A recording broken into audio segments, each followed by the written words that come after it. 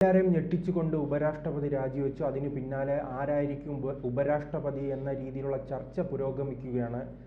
അതിലേറ്റവും പ്രധാനപ്പെട്ട പേരായി ഉയർന്നു വരുന്നത് ശശി തരൂരാണ്. ശശി തരൂർ അങ്ങനെ ഉപരാഷ്ട്രപതിയാകാനുള്ള സാധ്യതയുണ്ടോ? ശശി തരൂർ ഉപരാഷ്ട്രപതിയാകാനുള്ള സാധ്യതയുണ്ടോ എന്ന ചോദ്യത്തിന് ഉത്തരം പറയും മുമ്പ് നേരത്തെയും ശശി തരൂർ അതിന് ശ്രമിച്ചിരുന്നു എന്നൊരു സൂചനയുണ്ട്. ഇത് ഈ ജഗദീപ് ധൻഖർ ഉപരാഷ്ട്രപതിയായി ജഗദീപ് ധൻഖറെ കൊണ്ടുവരുന്ന ആ കാലത്ത്, അല്ലെങ്കിൽ ആ ഉപരാഷ്ട്രപതി തിരഞ്ഞെടുപ്പ് നടക്കുന്നതിന് തൊട്ട് മുമ്പ് ശശി തരൂർ ഉപരാഷ്ട്രപതി സ്ഥാനത്തെത്താൻ, അതായത് എല്ലാ പാർട്ടികളുടെയും സമ്മതത്തോടുകൂടി, ബി ജെ പിക്കാണല്ലോ ഏറ്റവും കൂടുതൽ വോട്ടുള്ളത്, അപ്പോൾ ബി ജെ പിയുടെ മറ്റു പാർട്ടികളുടെയും പ്രതിപക്ഷത്തിൻ്റെയൊക്കെ ഈ രാഷ്ട്രപതി, ഉപരാഷ്ട്രപതി, സ്പീക്കർ, അതുപോലെ രാജ്യസഭ ഉപാധ്യക്ഷൻ തുടങ്ങിയ സ്ഥാനങ്ങളിലേക്ക് രാഷ്ട്രീയത്തിനപ്പുറത്തേക്കാണ് നമ്മൾ ആ പദവികളെ കാണുന്നത്.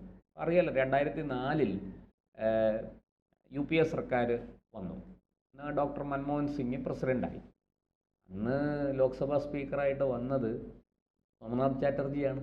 CPMൻ്റെ സമുന്നതനായ പോളിറ്റ് ബ്യൂറോ അംഗമൊക്കെയായ സോമനാഥ് ചാറ്റർജിയാണ്. ആ സോമനാഥ് ചാറ്റർജി അന്ന് വരുമ്പോൾ അദ്ദേഹം BJPയുടെ അടുക്കലും സഹായം തേടി. BJP അദ്ദേഹത്തെ പിന്തുണച്ചു. ഒരു വലിയ മത്സരത്തിനൊന്നും നിൽക്കാതെ സോമനാഥ് ചാറ്റർജി അവിടെ സ്പീക്കറായി ലോക്സഭയുടെ. അതുപോലെ പലരെയും, ഇപ്പം നമ്മൾ ഡോക്ടർ APJ അബ്ദുൽ കലാമിനെ പ്രസിഡന്റ് സ്ഥാനാർത്ഥിയാക്കി വാജ്പേയി സർക്കാരിൻ്റെ കാലത്ത്. അപ്പോൾ അന്ന് മറ്റൊരു ആൾ, ഡോക്ടർ PJ അലക്സാണ്ടർ, എൻ്റെ ഓർമ്മ ശരിയാണെങ്കിൽ അദ്ദേഹമാണ് അന്ന് മഹാരാഷ്ട്ര ഗവർണറൊക്കെ ആയിരുന്ന അദ്ദേഹത്തെയാണ് BJP കൊണ്ടുവരാൻ താല്പര്യപ്പെട്ടത്. പക്ഷേ അന്നത് സോണിയ കോൺഗ്രസ് ആദ്യമൊക്കെ അതിനെ അനുകൂലിച്ച് നിൽക്കുകയും അവസാന നിമിഷം പാലം വലിക്കുകയും ചെയ്തു. അങ്ങനെ അദ്ദേഹത്തിൻ്റെ ആ രാഷ്ട്രപതിയാകണം എന്നുള്ള ആ ഒരു നിയോഗം അദ്ദേഹത്തിൽ നിന്ന് തട്ടിത്തെറിപ്പിക്കപ്പെട്ടു. പിന്നീടാണ് അവിടെ BJP വളരെ സമർത്ഥമായിട്ട് കോൺഗ്രസിനെ വെട്ടിലാക്കുന്ന തരത്തിൽ ഡോക്ടർ APJ അബ്ദുൽ കലാമിനെ കൊണ്ടുവച്ചു കൊടുത്തു. ഇന്ത്യയുടെ മിസൈൽ മാൻ എന്നും പ്രധാനമന്ത്രിയുടെ ശാസ്ത്രോപദേഷ്ടാവെന്നുള്ള നിലയിലും, അതുപോലെ തന്നെ ഈ എന്താ പറയുക, ആണവ പരീക്ഷണത്തിൻ്റെ ഉപജ്ഞാതാവ് എന്ന നിലയിലുമൊക്കെ അദ്ദേഹത്തിന് വലിയ സമ്മതി ഉണ്ടായിരുന്നു. രാഷ്ട്രീയത്തിന് അതീതമായി അദ്ദേഹത്തിന് വലിയ സമ്മതി ഉണ്ടായിരുന്നു. ലളിത ജീവിതം,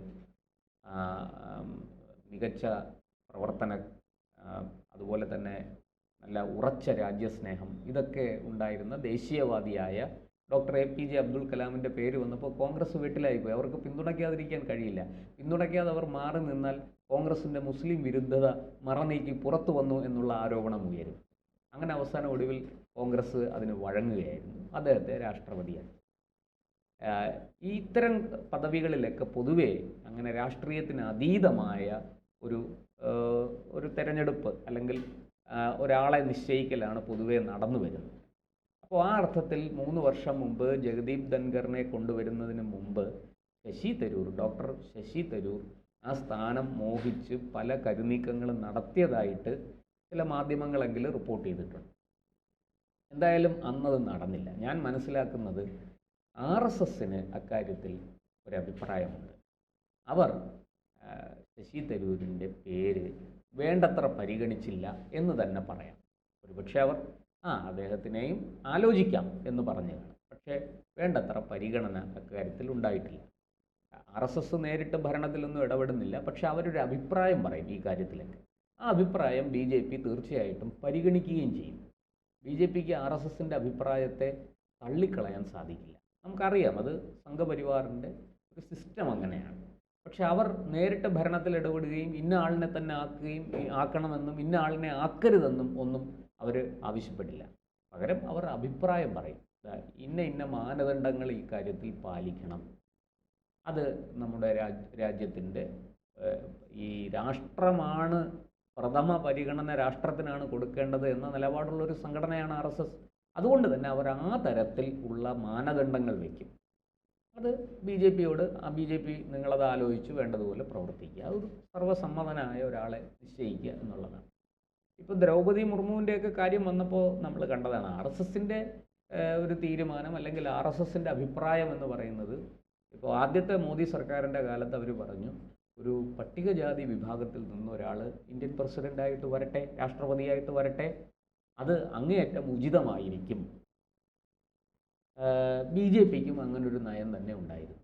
അത് കഴിഞ്ഞപ്പോൾ അടുത്ത ടൈം എന്നാൽ ഒരു പട്ടിക വർഗത്തിൽ നിന്നുള്ള ഒരാളിന് കൊടുക്കൂ. കാരണം ഈ പട്ടികജാതി പട്ടികവർഗ വിഭാഗങ്ങളൊക്കെ അരികുവൽക്കരിക്കപ്പെടുകയും പാർശ്വവൽക്കരിക്കപ്പെടുകയും അവരെ മുഖ്യധാരയിലേക്ക് എത്തിക്കാൻ വേണ്ടിയിട്ട് സ്വാതന്ത്ര്യം ലഭിച്ച അന്നു മുതൽ നമ്മൾ ഇന്ന് വരെ പരിശ്രമിച്ചു വരികയും ചെയ്യുകയാണ്. അപ്പോൾ അതിൽ നേരത്തെ ഒരു പട്ടികജാതിക്കാരൻ രാഷ്ട്രപതിയായി വന്നു, ഉപരാഷ്ട്രപതിയായിരുന്നു, പിന്നീട് രാഷ്ട്രപതിയായി. മലയാളി കൂടിയായ KR നാരായണൻ്റെ കഥ നമുക്കറിയാം, ചരിത്രം നമുക്കറിയാം. ഇന്ന് BJP അതിനെ പിന്തുണച്ചു.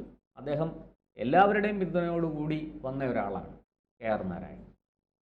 അപ്പോൾ ഇപ്പോൾ വീണ്ടും BJP വന്നപ്പോൾ നരേന്ദ്രമോദിയും RSSും സംഘപരിവാർ മുഴുവനും, സംഘപരിവാറിനകത്ത് വിവിധ സംഘടനകളുണ്ട്, വിശ്വ ഹിന്ദു പരിഷത്തുണ്ട്, BMS ഉണ്ട്, ഇവർക്കെല്ലാം അഭിപ്രായങ്ങളുണ്ട്. അവരെല്ലാവരും ഒറ്റ സ്വരത്തിൽ ഏകസ്വരത്തിൽ പറഞ്ഞത് ഒരു പട്ടികജാതിക്കാരൻ അല്ലെങ്കിൽ പട്ടികജാതി വിഭാഗത്തിൽ നിന്നുള്ള ഒരാൾ രാഷ്ട്രപതിയായി വരട്ടെ എന്ന്. സോ പിന്തുടർന്ന് പട്ടികവർഗത്തിൽ നിന്നൊരാൾ വരട്ടെ, അതും ഒരു വനിത വരട്ടെ എന്നൊരു താല്പര്യം അവർ മുന്നോട്ട് വെച്ചു. ഇതൊക്കെ രാജ്യത്തിൻ്റെ പൊതുവായ താല്പര്യങ്ങളെ ആണ് കാണിക്കുന്നത്. ഇവിടെ രാഷ്ട്രീയമായ അഭിപ്രായ വ്യത്യാസങ്ങൾ കോൺഗ്രസ്സിനും ഒക്കെ ഉണ്ടാവാം. പക്ഷേ എങ്കിലും ഈ കാര്യത്തിൽ ഒരു സമവായം ഉണ്ടാക്കാനുള്ള ശ്രമമൊക്കെ നടന്നിരുന്നു. അതുപോലെ തന്നെ ഈ ജഗദീപ് ധൻഖർ വരുന്ന ആ കാലത്ത് ശശി തരൂരിൻ്റെ പേര് വന്നപ്പോഴും ശശി തരൂരിൻ്റെ പേര് പരിഗണിക്കുന്നതിന് വലിയ പ്രാധാന്യമൊന്നും ഇവരാരും നൽകിയില്ല. അതുകൊണ്ടാണ് തരൂർ അവിടെ പിന്തള്ളപ്പെട്ടു. ഇനിയും തരൂരിൻ്റെ പേരിന് അത്രയും വലിയ പരിഗണന കിട്ടും എന്നെനിക്ക് തോന്നുന്നില്ല. ഒരു പക്ഷേ 2-3 പേരുകൾ പരിഗണിക്കുന്നതിനകത്ത് തരൂരും പെട്ടേക്കാം. അതിനപ്പുറത്തേക്ക് തരൂരിനൊരു സാധ്യതയുണ്ട് എന്നെനിക്ക് തോന്നുന്നില്ല. കാരണം ഈ പറഞ്ഞതുപോലെ RSS അടക്കമുള്ളവർ മുന്നോട്ട് വെക്കുന്ന മാനദണ്ഡങ്ങൾ പൂർണ്ണമായും പാലിക്കാൻ തരൂരിൻ്റെ സ്ഥാനാർത്ഥിത്വത്തിന് കഴിയുമോ എന്ന ചോദ്യം. ഉദാഹരണത്തിന് ഇദ്ദേഹം ഒരു OBC വിഭാഗത്തിൽപ്പെട്ടയാളാണ്, ജാട്ട് വിഭാഗത്തിൽപ്പെട്ടയാളാണ് ജഗദീപ് ധൻഖർ. അപ്പോൾ രാഷ്ട്രപതിയായിട്ട് പട്ടികവർഗ വനിത വന്നപ്പോൾ ഉപരാഷ്ട്രപതിയായിട്ട് ഇദ്ദേഹം വരട്ടെ എന്ന് വെച്ചു. അപ്പം നമുക്കറിയാം അല്ല, അതോടൊപ്പം തന്നെ ഈ ദളിത് പ്രാതിനിധ്യത്തെക്കുറിച്ച് സംസാരിച്ചു. ശശി തരൂർ വരികയാണെങ്കിൽ കേരളത്തിൽ എന്തെങ്കിലും ഗുണമുണ്ടോ BJPക്ക്? കേരളത്തിൽ BJPക്ക് ഗുണമുണ്ടോ? രാഷ്ട്രീയമായിട്ട് അത് ചില ഗുണങ്ങളൊക്കെ ചെയ്യും. തരൂരിൻ്റെ വരവ് തീർച്ചയായിട്ടും അത് കോൺഗ്രസ്സിന് വലിയൊരു ക്ഷീണമുണ്ടാക്കും. BJPക്ക് അതുകൊണ്ട് നേട്ടമുണ്ടാകും. കോൺഗ്രസ്സിൽ നിന്ന് BJPയിലേക്ക് വരാൻ തയ്യാറെടുക്കുന്ന അല്ലെങ്കിൽ മറ്റു പാർട്ടികളിൽ നിന്ന് BJPയിലേക്ക് വരാൻ തയ്യാറെടുക്കുന്ന പല നേതാക്കളുമുണ്ട്. അവർക്കെല്ലാം അത് ഊർജം നൽകും, അത് പ്രോത്സാഹനം നൽകും. അത് കോൺഗ്രസ്സിന് ക്ഷീണമുണ്ടാക്കും, അല്ലെങ്കിൽ മറ്റു പാർട്ടികൾക്ക് ക്ഷീണമുണ്ടാക്കും, BJPക്ക് നേട്ടവും ഉണ്ടാക്കും. അങ്ങനൊരു രാഷ്ട്രീയ സാധ്യത അതിനകത്തുണ്ട്, ഒരു സാഹചര്യം അതിനകത്തുണ്ട്. അതിനപ്പുറത്തേക്ക് അതുകൊണ്ട് വലിയ നേട്ടം എന്തെങ്കിലും ഉണ്ടാകുമെന്ന് എനിക്ക് തോന്നുന്നില്ല. കാരണം കേരളത്തിൻ്റെ രാഷ്ട്രീയ പ്രബുദ്ധതയും രാഷ്ട്രീയ ചിന്താഗതിയും ഒക്കെ മറ്റ് ചില രീതികളിലാണ് പോകുന്നത്. അതിനെ നമുക്ക് ഈ പ്രകരണത്തിൽ ചർച്ച ചെയ്യാൻ പറ്റുന്ന ഒരു വിഷയമല്ലാത്തതുകൊണ്ട് ഞാൻ അതിലേക്ക് കടക്കുന്നില്ല. ആത്യന്തികമായിട്ട് ഈ ശശി തരൂർ നിരവധി പേരുകളിൽ ഒരു പേരായിട്ട് പരിഗണിക്കപ്പെടാനുള്ള സാധ്യതയെ ഞാൻ കാണുന്നുള്ളൂ. മറിച്ച് അവർ വളരെ കൃത്യമായിട്ട് BJPക്ക് രാഷ്ട്രീയമായി നേട്ടമുണ്ടാകുന്ന തരത്തിലുള്ള ഒരു ഉപരാഷ്ട്രപതിയെ ആയിരിക്കും. രാഷ്ട്രീയമായിട്ട് നേട്ടമെന്ന് പറഞ്ഞാൽ രാജ്യസഭയിൽ വന്ന് BJPക്ക് അനുകൂലമായ നിലപാടെടുക്കുന്ന ഒരാളെന്നുള്ള നിലയ്ക്കല്ല, മറിച്ച് അങ്ങനെ ഒരാളിനെ ഇങ്ങനൊരു വലിയ പദവിയിലേക്ക് കൊണ്ടുവരുമ്പോൾ ജാതി മത സമവാക്യങ്ങളൊക്കെ അതിനകത്ത് കളിക്കുന്നുണ്ടാവും. അവിടെ ആ സോഷ്യൽ എഞ്ചിനീയറിങ്ങിൽ BJPക്ക് നേട്ടമുണ്ടാക്കാൻ പറ്റുന്ന ഈ പറഞ്ഞതുപോലെ ഒരു OBC വിഭാഗത്തിൽപ്പെടുന്ന ഒരാളാണ് ഇപ്പോൾ ഇന്ത്യൻ പ്രധാനമന്ത്രി. OBC വിഭാഗത്തിൽപ്പെടുന്ന ഒരാളെ ഇന്ത്യയുടെ ഉപരാഷ്ട്രപതിയായിട്ട് കൊണ്ടുവന്നു. അത് BJPക്ക് നേട്ടമാണ്. ഇപ്പോൾ കഴിഞ്ഞ ദിവസം ഇവിടെ വെള്ളാപ്പള്ളി നടേശൻ പറഞ്ഞത് എന്താ, ഇനിയൊരു ഈഴവ മുഖ്യമന്ത്രി ഉണ്ടാകണമെങ്കിൽ 100 വർഷം എടുക്കും, 100 വർഷത്തേക്ക് ഉണ്ടാവില്ല എന്നാണ് അദ്ദേഹം പറഞ്ഞത്. പിണറായി വിജയൻ തീയ സമുദായത്തിൽപ്പെട്ടയാളാണ്. ശരിക്കും VS ആയിരുന്നു ഈഴവ സമുദായത്തിൽപ്പെട്ട ഒരാൾ. അദ്ദേഹത്തിന് ശേഷം ഒരു മുഖ്യമന്ത്രി ഈഴവ സമുദായത്തിൽ നിന്ന് വന്നില്ല എന്നാണ് അദ്ദേഹം പറയേണ്ടിയിരുന്നത്. പക്ഷേ പൊതുവേ അദ്ദേഹം തീയരും ഈഴവരാണെന്നുള്ള അർത്ഥത്തിൽ ഇങ്ങനെ പറഞ്ഞു. അതൊക്കെ പോട്ടെ, ഞാൻ അതിൻ്റെ ഇതിലേക്ക് കടക്കുന്നില്ല. അതുപോലെ ഈ ജാതി സമവാക്യങ്ങളെല്ലാം മനസ്സിലാക്കി അല്ലെങ്കിൽ അതെല്ലാം പരിഗണിച്ചായിരിക്കും BJP ഒരാളെ ആ സ്ഥാനത്തേക്ക് കൊണ്ടുവരിക, ഒരാളുടെ പേര് നിർദ്ദേശിക്കുക. മറിച്ച് ഇപ്പോൾ കേരളം പോലൊരു ചെറിയ പ്രദേശത്തുനിന്ന് ഒരു വലിയ നേട്ടങ്ങളൊന്നും BJPക്ക് ഉണ്ടാക്കാൻ ഉടനെയൊന്നും സാധിക്കില്ല.